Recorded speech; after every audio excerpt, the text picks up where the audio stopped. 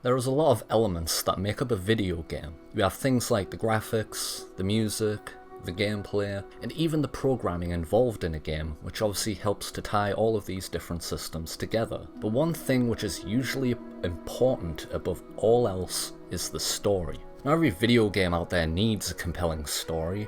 I mean, there are actually some games out there which act more like a sandbox experience, and that's fine. But a good story can really motivate the player to keep playing the game depending on how invested they feel towards it. And what better way is there to show the progression of a story in a video game than a well-made cutscene? If you played any game in the past decade or so that has any kind of story, then you will have most likely experienced what is called a cutscene.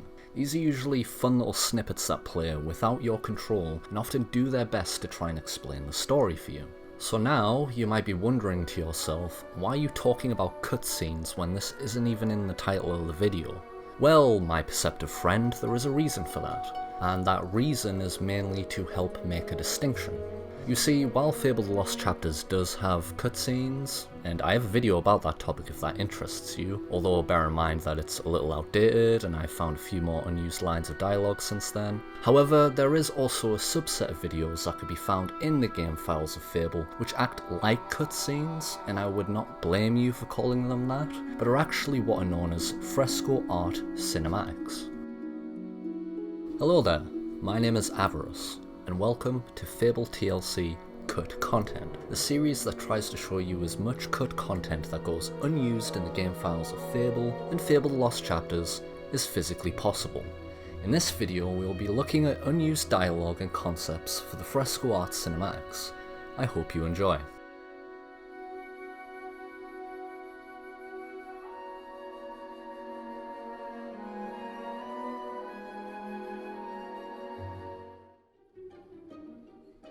So, what are Fresco Art Cinematics?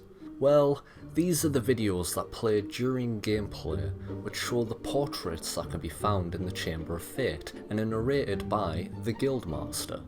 The difference between these cinematics and your ordinary cutscenes is that these cinematics are made strictly for the game's main storyline, whilst cutscenes can also be used during side quests, for example. If you've never played Fable before and still don't know what I am talking about, then here is an example of a Fresco Art cinematic that was created for when the hero of Oakvale is doing their guild training near the start of the game. The guild was now the boy's life. The memory of the Oakvale flames still scorched his mind, but soon he had no thought other than training, and he became stronger and more agile with every passing year. His days were filled with grueling exercises, the nights with study in the library. Finally, he was ready to become a guild apprentice, just as Maze had foreseen. The real training was about to begin.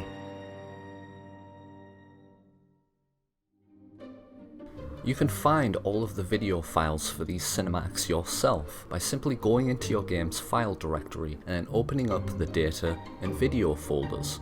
Just bear in mind that these video files do not include the dialogue that is used for the Guildmaster. However, this folder does include text documents next to them. In these text documents, we can actually read all of the text entries that were intended for these cinematics.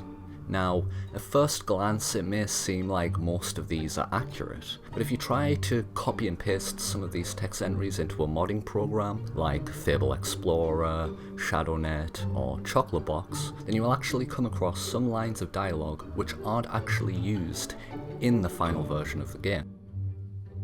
If we open up the text document that is intended for the dream sequence, this being the cinematic that plays when you start a new game, you will actually notice something really interesting. Here we have a bunch of lines that are titled as text_Fresco_1_intro. But do you notice anything strange about this text document? Something which breaks this pattern. If you guessed that it was the text entry right at the bottom of the document, then you are correct. When we copy this text entry and then paste it into a modding program for Fable, whilst also making a few tweaks so that it has a similar naming convention as the other text entries, then we will actually find it in the game files. What is odd about the situation though is that if we go back to the document, it actually doesn't include the full name of this text entry, which, as you can see here, should be called text_fresco_1_intro_after_dream_70. Here is what that audio for this text entry is supposed to sound like.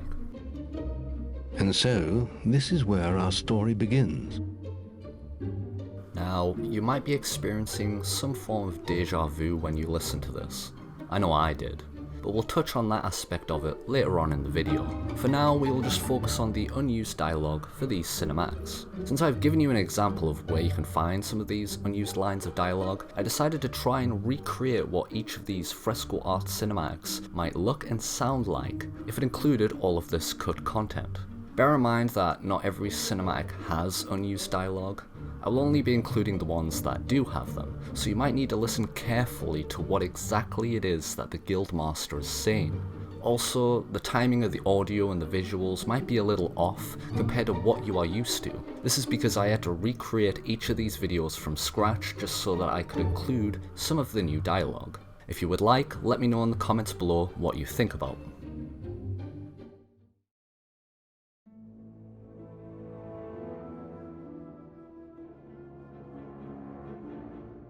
Deep in the forest of Albion lay the small town of Oakvale, unchanged by time and untouched by the sword. Here lived a boy and his family, a boy dreaming of greatness, of one day being a hero. Sometimes he imagined himself as a noble knight or a powerful wizard. And other times he dreamt he'd be an evil warrior.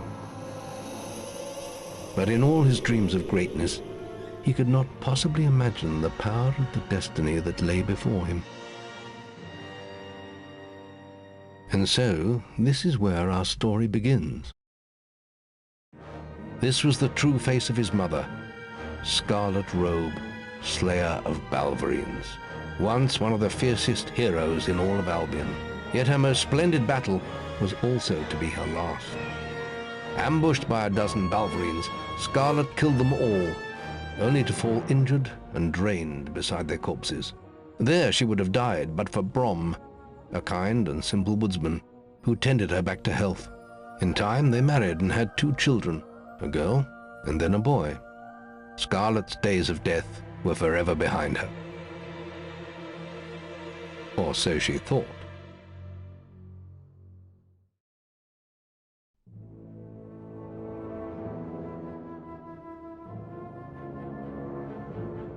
Revenge burned like a sun within the hero, and his destiny was clear. Jack had cast a shadow over the whole of his life. He had been the architect of his sister's blind suffering and of his mother's imprisonment. And soon his power would be absolute. The hero vowed to gain his freedom.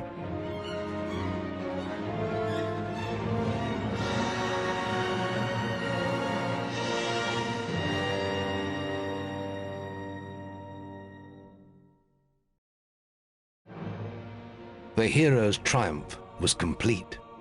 Albion was freed from the dark shadows that had plagued it for so long, and a peace it had not known for centuries had begun.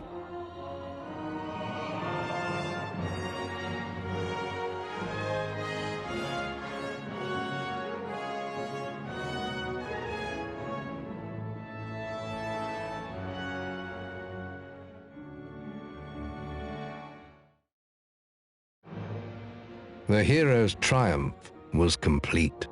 The whole of Albion was under his dark shadow, and there was nothing that could stop him.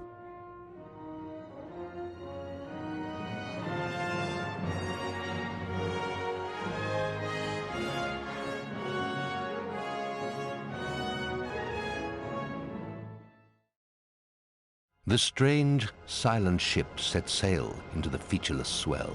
Day after day, it carved its path among the waves, an ocean phantom moving ever forward. And through weeks of sea storms and isolation, the hero stood steadfast by the prow. Then the moment came, when icy peaks speared out of the horizon mist. These were the shores of the Lost Bay. The northern wastes lay beyond them. From what I can tell, it seems that most of these lines of dialogue might have been removed for two specific reasons. One could be spoilers. It appears that some of these lines were meant to foreshadow what would happen later on in the story, but instead may have made the events of the game a lot more predictable.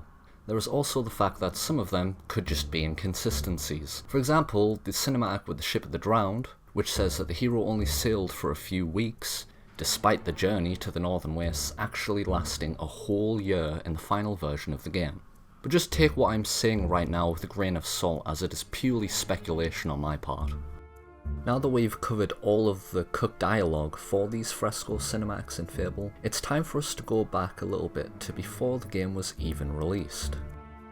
If you've watched any of my previous videos, then you might be aware that I made one last year about the different forms of media that inspired the developers to make the game. This includes things like games, movies, and TV shows. Well, in that video I mentioned a TV show that was created by Jim Henson that is known as The Storyteller. The premise of the show is that there is a character known as the narrator who sits by a campfire and tries to explain the story to the viewer. These stories usually consist of things like urban legends and old wives' tales. So, if we go back to that unused dialogue for the very first Fresco cinematic that I mentioned before, it seems to me that this was meant to be Lionhead Studios' attempt at making the Guildmaster feel more like he is narrating the story of Fable to you, the player, personally.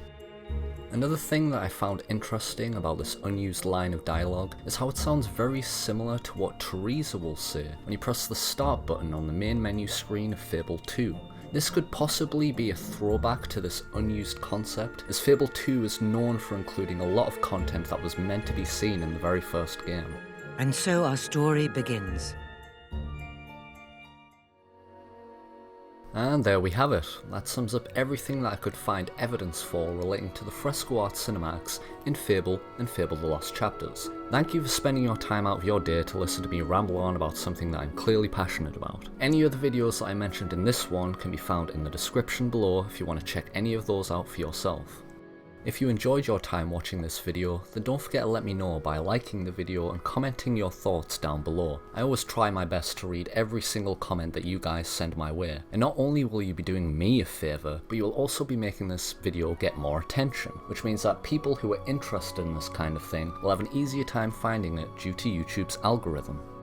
I would like to give a special thanks to my channel members for supporting me and ensuring that I get at least something out of this, even if I don't get many views on my videos or anything like that. It also makes me feel less concerned whenever any of my videos get demonetized. Those members are Video Gaming Reaper, Typed Metal 125, and Sue R.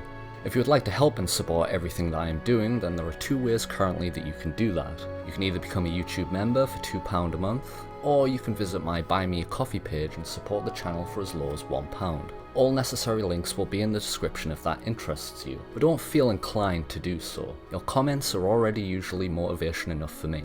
Anyways, I'm just rambling on now, so I'll see you all next time.